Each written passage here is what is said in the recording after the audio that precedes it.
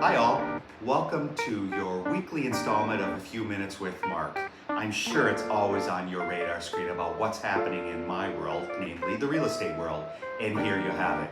Wow, what some great weather we've been having, right? You know, we all complain about the differences in Chicago weather, but the last 2 weeks have been pretty damn perfect, don't you think? You know, it's good for all of us because we go to the beach and we go to fests and all that, but it kind of slows the real estate market a little bit, so I've had to explain it to a few clients. So if you have a property listed and you're wondering why there's not much traffic, just go look at the beach, go down Lakeshore Drive and look at how many people are at the beach or at a fest or whatever, and just be patient.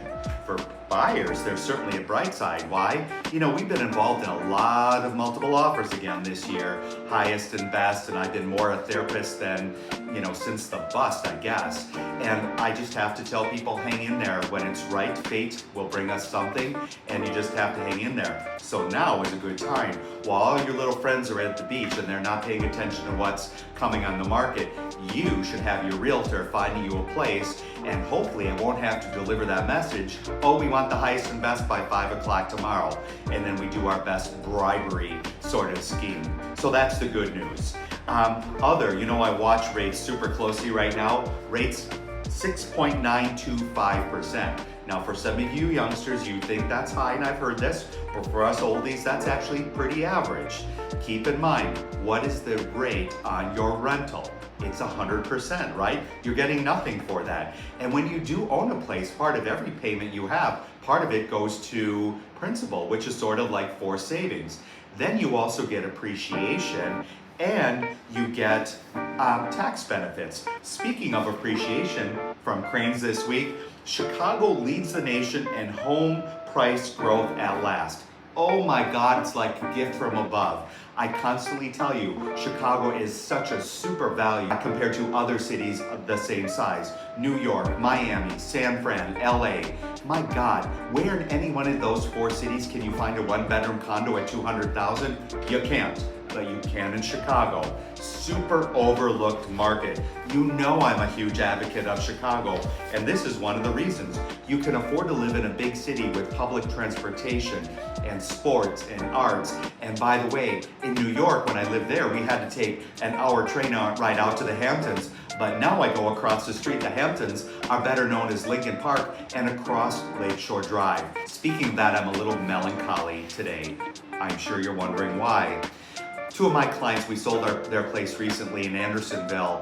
This is the third transaction I've done for them in about 12 years. Many years ago, when they got together as a young married couple, I sold them a super swanky 2-bedroom condo in Andersonville. They were always going to parties and having friends over, so it was a place with a big deck and near the epicenter of Andersonville, which is so much fun. And then the first baby came along, and I saw that on Facebook, and I knew I would get a call because they needed a bigger place. So I sold them a duplex. Then the second baby came along, and I thought, it's only a matter of time before they need a yard for these two boys. And sure enough, we just closed on it. And as I was typing them the message, congratulations, the condo is closed, all is good, good luck on your new suburban home. It made me a little bit sad because they're going on to their next chapter. And normally I would say, you know, congrats, it's the life cycle of Chicago. You're gonna have the boys out in the suburbs for, you know, 15, 20 years and then empty nest back in the city, which a lot of people have done with me. But 20 years from now, I plan to be in some swanky gay retirement village with white jags and pink flamingos everywhere and sort of like the birdcage motif. And I won't be selling real estate, but I will happily make them a referral. And so yes, it's much more of a transaction. It's being involved in clients' lives. So I was a little bit sad, but super happy for Jimmy and Emily to be going on to this next chapter in their life. And thank God for social media. How often do we say that? I'm able then to see the boys grow as they go on to the suburbs for their next chapter. Anyway, you know, it's super hot out there. Stay cool. That's it for Mark. If you need any advice, you know where to find me. Bye.